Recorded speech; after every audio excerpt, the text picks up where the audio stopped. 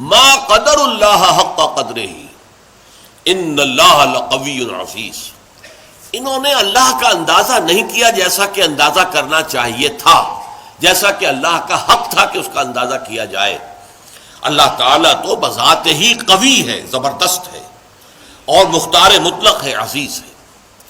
اس آیت کے اندر بھی جو بڑی عظیم حقیقت بیان کی گئی ہے وہ یہ ہے کہ شرک کا اصل سبب کیا ہے؟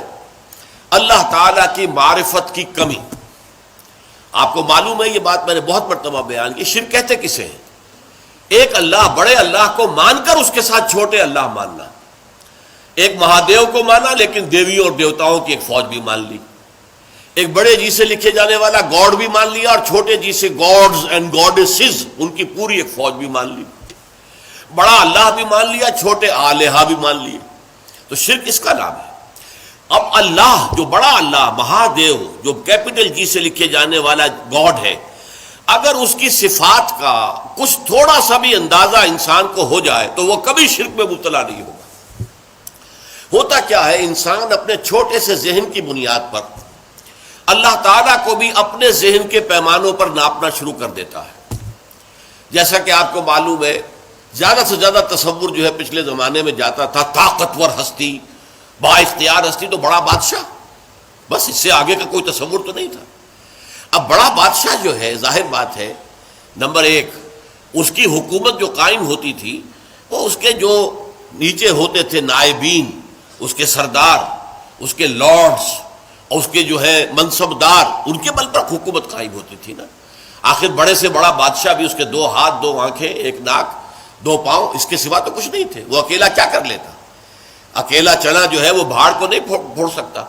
لہذا اس کی حکومت قائم تھی اپنے نائبین سلطنت کی بنیاد پر، جاگیرداروں کی بنیاد پر. جو بھی اس کے منصبدار ہوتے تھے، 30,000 منصبدار، 50,000 منصبدار، اور وہاں آپ یورپ میں انہیں کہتے تھے لارڈز ہیں.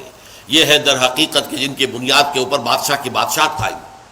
تو انہوں نے تصور کیا کہ اللہ بھی ایک بہت بڑا بادشاہ ہے، مان لیا سب سے بڑا بادشاہ ہے، لیکن اس کے نائبین سلطنت ہیں. وہ نائبین سلطنت کے بغیر تو حکومت نہیں کر سکتا. چنانچہ انہوں نے فرشتوں کو، جو کہ در حقیقت اللہ کے کارندے ہیں، جس کا صحیح تصور کیا ہے کہ یفعلون ما یؤمرون لا یعصون اللہ ما امرہم، اللہ تعالیٰ جو حکم دے دے قطعاً اس کے اندر نافرمانی نہیں کر سکتے، بلکہ وہی کچھ کرتے ہیں جس کا حکم دیا جاتا ہے. انہوں نے ان فرشتوں کے تصور کو بگاڑ کر یہ دیویاں، دیوتا، خدا، یہ چھوٹے خدا بنا لیے کہ ان کے پاس بھی کچھ اختیار ہے. آخر 50,000 منصبدار جو ہے اس کے پاس بھی طاقت ہوتی ہے، فوج ہوتی ہے. 30,000 منصبدار کے پاس بھی کچھ نفری ہوتی ہے، کچھ طاقت ہوتی ہے، کچھ اختیارات ہوتے ہیں. لہذا انہوں نے یہ در حقیقت دیوی، دیوتا اور گاڈز اینڈ گاڈیسز وغیرہ جو ہیں، یہ ایمان باللہ کی بگڑی ہوئی شکل ہے، ایمان بالملائکہ کی بگڑی ہوئی شکل ہے، کہ انہوں نے ملائکہ کو با اختیار مان کر اب ان کو بھی ان کے لیے مورتیاں بنا لی، ان کے لیے تصویریں بنا لی، ان کے لیے اپنے تخیل سے، اپنے تصور سے شکلیں بنا لی. پھر ان کے خاندان بنا لیے، فلاں کی بیوی فلاں دیوتا کی وہ بیوی جو ہے وہ اس کی دیوی. اس طریقے سے ایک نظام جو ہے خاندانی گھڑ لیا اور انہیں وہ دیویاں اور دیوتا بنا لیا. انہوں نے سمجھا کہ جیسے بڑے سے بڑے شہنشاہ کی شہنشاہی بھی نائبین سلطنت کے بل پر قائم ہے، اسی طرح اللہ کی بادشاہت جو ہے تو سب سے بڑا بادشاہ وہ اللہ بادشاہ، سب سے بڑا بادشاہ، لیکن یہ کہ اس کی بادشاہی بھی ان نائبین سلطنت کی بنیاد پر قائم ہے. لہذا ان کی کچھ نہ کچھ دنڈوت کرو، ان کی کچھ نہ کچھ جو ہے وہ پوجا کرو، پاٹ کرو، کچھ ان کو دھو، کچھ ان کو ان کا دھون پیو، کچھ انہیں خوش کرو گے تو اللہ خوش ہوگا نا، یہ راضی ہوں گے تو اللہ راضی ہوگا. یہ تصور کیا ہے، انسان نے اللہ کو ایک بہت بڑے بادشاہ یا بہت بڑے جاگیردار کی شکل کے اندر دیکھا، اور یہ نہیں سمجھا کہ وہ تو خود قوی ہے. ان اللہ لقوی عزیز، اس کی قوت جو ہے فرشتوں کے اوپر اس کا دار و مدار نہیں ہے. کوئی نائبین سلطنت نہیں ہے کہ جن کے اوپر اس کی طاقت کا دار و مدار ہو. بذات ہی قوی ہے، بذات ہی عزیز ہے. اس کی قوت اور اس کا اختیار جو ہے وہ اپنی ذات میں ہے، کسی اور کے سہارے قائم نہیں ہے. اسی طرح کچھ لوگوں نے سوچا کہ بڑے سے بڑا بادشاہ بھی ہوتا ہے، تو آخر وہ ظاہر بات ہے کہ اگرچہ آپ کو معلوم ہے کہ ویسے انسان کو زیادہ مطلوب تو بیٹے ہوتے ہیں کیونکہ اس سے اس کا نام چلتا ہے، لیکن زیادہ محبت بیٹیوں سے ہوتی ہے. اس اعتبار سے اگر کوئی بیٹی جو ہے کوئی اپنے باپ سے فرمائش کرے تو بڑا مشکل ہو جاتا ہے باپ کے لیے اپنی بچی کا، اپنی بیٹی کی فرمائش کو رد کرنا۔ اس طریقے سے عرب والوں نے کیا سمجھا، یہ فرشتے جو ہیں خدا کی بیٹیاں ہیں، اور خدا اپنی ان بیٹیوں کی کسی فرمائش کو رد نہیں کر سکتا۔ اگر یہ جو ہے کسی کی سفارش کر دیں گی تو بس کیا کہنے، پھر اس کا بیڑا پار ہو جائے گا، وہ کامیاب ہو جائے گا۔ اس بنیاد پر انہوں نے فرشتوں کو خدا کی بیٹیاں قرار دیا، ان کی مورتیاں بنائی۔ لات، عزیٰ، منات یہ سب مؤنث نام ہے جیسا کہ میں نے آپ کو بتایا، اور صاف انہوں نے کہا وَمَا نَعْبُدُهُمْ إِلَّا لِيُقَرِّبُونَا إِلَى اللَّهِ زُلْفَىٰ، ہم جو ان کو پوجتے ہیں وہ اس لیے کہ یہ ہمیں اللہ سے قریب تر کر دیں۔ اور یہ بھی کہا گیا کہ هؤلاء شفعاؤنا عند اللہ، یہ اللہ کے ہاں ہمارے شفیع ہوں گے۔ اختیار مطلق تو اللہ کے ہاتھ میں ہے، لیکن کوئی شخص اپنی پیاری بچی کی کسی بات کو رد کرتا ہے؟ اللہ بھی اپنی بیٹیوں کی سفارش کو رد نہیں کرے گا، لہذا ان کی سفارش سے ہمارا بیڑا پار ہو جائے گا۔ اسی طریقے سے بڑے سے بڑا آدمی بھی ہوتا ہے تو اس کے کچھ دوست ہوتے ہیں، ان دوستوں کی بات وہ ٹال نہیں سکتا۔ اس کی وجہ کیا ہے؟ ہر انسان کو معلوم ہو، چاہے بڑے سے بڑا انسان ہو، اسے معلوم ہوتا ہے کہ کسی وقت مجھے ضرورت پیش آ سکتی ہے اپنے دوست کی مدد کی۔ اب اگر میں اپنے دوست کی کوئی بات نہیں مانوں گا تو میری ضرورت کے وقت یہ میرا دوست میرے کام نہیں آئے گا۔ تو دوستیاں پالی جاتی ہیں، باقاعدہ ان کو نبھایا جاتا ہے۔ بھائی بات تو یہ غلط کہہ رہا ہے، صحیح نہیں ہے، لیکن کیا کریں، دوست ہے۔ اب دوست کی بات تو لٹائی نہیں جا سکتی، ماننی پڑتی ہے۔ اسی سے تصور بنا اللہ کے اولیاء، اللہ کے دوست، جتنے بھی عظیم انسان گزرے کہ جو اپنی جگہ پر اللہ کے بندے تھے، بالکل اللہ کی بندگی ہی پر وہ فخر کرتے تھے، اور وہ اللہ کے سامنے سر تسلیم جو ہے جھکائے رکھتے تھے، لیکن ان کے تقوی، ان کے زہد کی بنا پر انہیں جب اولیاء اللہ قرار دے دیا گیا تو وہ اللہ کے دوست ہیں، اللہ کے ولی ہیں۔ اب یہ کسی سے خوش ہو جائے اور اس کی سفارش کر دے تو بیڑا پار ہو جائے گا، لہذا اولیاء اللہ کو بھی خداؤں کی فہرست میں شامل کر لیا گیا۔ چنانچہ یہ بات تقریباً اجماعی ہے کہ یہ جو قوم نوح کے بت تھے، وہ بت تمام کے تمام اولیاء اللہ، اس قوم کے اندر جو اولیاء اللہ گزرے تھے، بڑے نیک لوگ، زاہد و عابد، اللہ کے محبت کرنے والے، اللہ کے لیے اپنی پوری زندگی لگا دینے والے، ان کے ناموں پر انہوں نے بت گھڑ لیے تھے۔ اب آج ہمارے ہاں یہ صرف کمی ہوئی ہے کہ بت نہیں ہے، لیکن قبروں کے ساتھ وہی معاملہ ہو رہا ہے۔ قبروں کو دھویا جا رہا ہے، دودھ سے دھویا جا رہا ہے، کسی عرق گلاب سے دھویا جا رہا ہے، اور پھر ظاہر بات ہے کہ اس میں سے کوئی ایک گلاس بھر کے لے آئے تو گویا کہ بڑا تبرک اس کو مل گیا، اسے سنبھال کر رکھے گا۔ یہ سارا کام کیا ہو رہا ہے؟ وہ یہی ہے کہ اولیاء اللہ ہیں، اللہ کے اولیاء ہیں، یہ راضی ہو جائیں، یہ خوش ہو جائیں، یہ کسی کی سفارش کر دیں تو بیڑا پار ہو جائے گا۔ اس لیے کہ آپ کو معلوم ہے کہ بڑے سے بڑا شخص بھی اپنے دوستوں کی بات تو رد نہیں کر سکتا نا۔ اب یہ ساری چیزیں کیوں ہو رہی ہیں؟ کہ تم نے اللہ تعالیٰ کو انسان سمجھا ہے اور بڑے سے بڑے انسان پر قیاس کر لیا ہے۔ بادشاہ ہو، بہت بڑا جاگیردار ہو، عام ایک کاشتکار جو ہے غریب، وہ شاید بادشاہ کو بھی نہ جانتا ہو کس بلا کا نام ہے، اسے تو معلوم ہے ہمارا جاگیردار ہے، جو چاہے کرتا ہے، جس کی بیٹی چاہے اٹھا کر لے گا، جس کا جو چاہے کام کرے، اس کو کوئی چیلنج نہیں کر سکتا، اس کے اختیارات مطلق ہیں، بس جاگیردار۔ اسی پر انہوں نے قیاس کر کے اللہ تعالیٰ کے ساتھ یا نائبین سلطنت گھڑ لیے، یا اللہ کی بیٹیاں بنا لی، یا اللہ کے بیٹے بنا لیے، یا یہ کہ اولیاء اللہ کے ساتھ وہ معاملہ کرنا شروع کر دیا جو اللہ کے ساتھ کرنا چاہیے تھا۔ یہ ہے اصل سبب۔ ما قدر اللہ حق قدرہ، وہ اللہ کا اندازہ نہیں کر سکے۔ اللہ کی حکومت کسی کے بل پر قائم نہیں ہے، اللہ کسی کا دست نگر نہیں ہے، اللہ کو کسی کی حمایت کی ضرورت نہیں ہے، اللہ بذات ہی القوی ہے، اسے کسی فرشتے کی حاجت نہیں ہے، جو چاہے جب چاہے بغیر کسی فرشتے کو بیچ میں لائے ہوئے اللہ تعالیٰ کر سکتا ہے۔ آنے واحد کے اندر اس کا ایک حرف کن ہوگا اور بڑی سے بڑی بات ہو جائے گی۔ ہاں وہ چاہے تو فرشتے کو بھیج دے گا، جاؤ یہ کام اس طرح کر دو، لیکن نہیں، اس سے زیادہ حیثیت فرشتے کی نہیں ہے۔ وہ اللہ کے فرشتادے ہیں، اللہ کے کارکن ہیں، اس کے سوا کچھ نہیں۔ اولیاء اللہ اللہ کے دوست ہیں، یقیناً کوئی شک نہیں، لیکن یہ کہ ان کے ہاتھ میں اختیار مطلق نہیں ہے کہ جس کو چاہے بخشوا دے۔ اللہ تعالیٰ کا اختیار ہے، وہ جس کی چاہے گا شفاعت سنے گا، مانے گا، جس کو اجازت دے گا وہ صرف شفاعت کے لیے زبان کھول سکے گا۔ یہ ساری چیزیں جو ہیں یہ تمام اپنی اپنی جگہ پر بیٹھ جائیں تو پھر شرک کا خاتمہ ہو جائے گا، اللہ تعالیٰ کی عظمت جو ہے وہ دل پر اجاگر ہو جائے گی۔ اب اسی پر قیاس کیجئے، جو اللہ کی عظمت کا اندازہ کر لے، جو اللہ کے حسن و جمال کی کوئی جھلک دیکھ لے، کیا وہ دنیا میں کسی اور شے کا پرستار ہو سکتا ہے؟ اللہ کا حسن، اللہ کا کمال، اللہ کا جمال، اللہ کی قدرت کاملہ، اللہ کا علم کامل اگر کوئی اندازہ ہو جائے تو کیا آپ اپنے نفس کے غلام بن سکیں گے؟ افرأیت من اتخذ الہہ ہواہ، کیا آپ وطن کو معبود بنا سکیں گے؟ ان تازہ خداؤں میں بڑا سب سے وطن ہے، جو پیرہن اس کا ہے وہ مذہب کا کفن ہے۔ کیا آپ نیشنلزم کے بخار میں مبتلا ہو سکیں گے؟ کیسے ممکن ہے؟ کیا کوئی جھوٹا نظریہ جو ہے ایک تصور کے حسن مبہم پر ساری ہستی لٹائی جاتی ہے؟ کمیونسٹوں نے اپنی جانیں دی ہیں کس لیے کہ ایک آئیڈیل خواب انہوں نے دیکھا کہ کلاس لیس سوسائٹی ہمیں بنانی ہے، جس میں استحصال نہ ہو، جس میں کسی پر جبر نہ ہو، کسی پر ظلم نہ ہو۔ ایک خواب تھا، تصور تھا، وہ ایک دن کے لیے بھی نظام قائم نہیں ہو سکا، لیکن جن لوگوں نے اس تصور کے اور اس خواب کو قبول کر کے جانیں دی ہیں، آپ ان کا تصور کیجئے۔ ایک تصور کے حسن مبہم پر ساری ہستی لٹائی جاتی ہے، ساری ہستی لٹا دی، لوگوں نے جانیں دے دی۔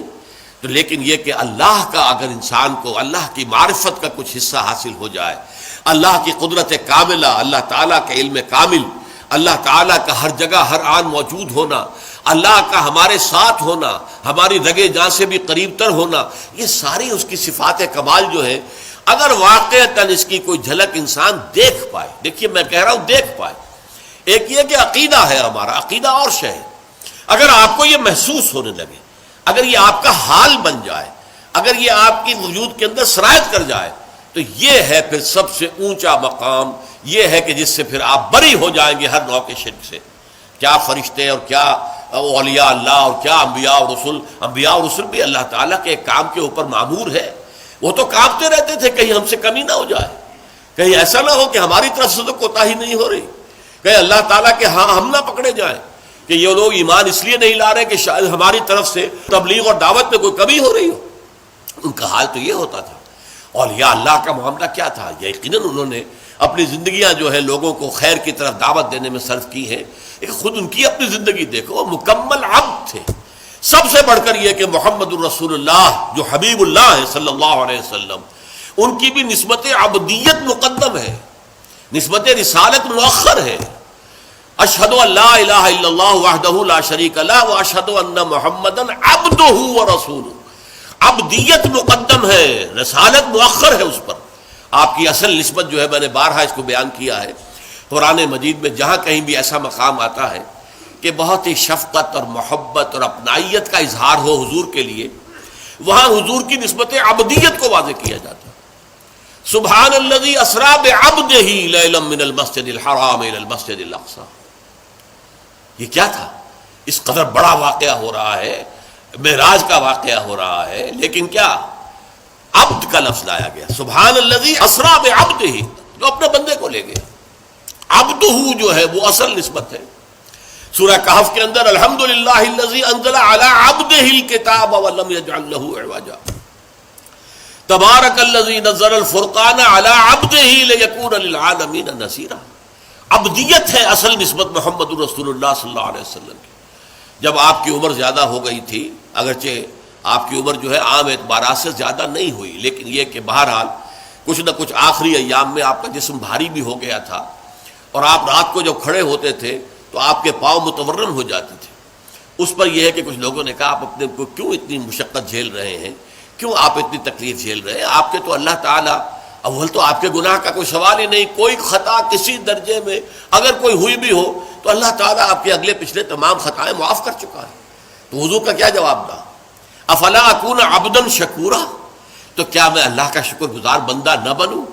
اللہ کی نعمتیں جو مجھ پر ہوئی ہیں، جو انعامات ہوئے ہیں، اللہ نے مجھ پر جو فضل فرمایا ہے، اللہ نے مجھے جو مقامات عالیہ عطا کیے ہیں اور جو مزید عطا کرنے کا وعدہ کیا، مقام محمود یہ مجھے عطا کیا جانا ہے، میں اس کا شکر ادا نہ کروں؟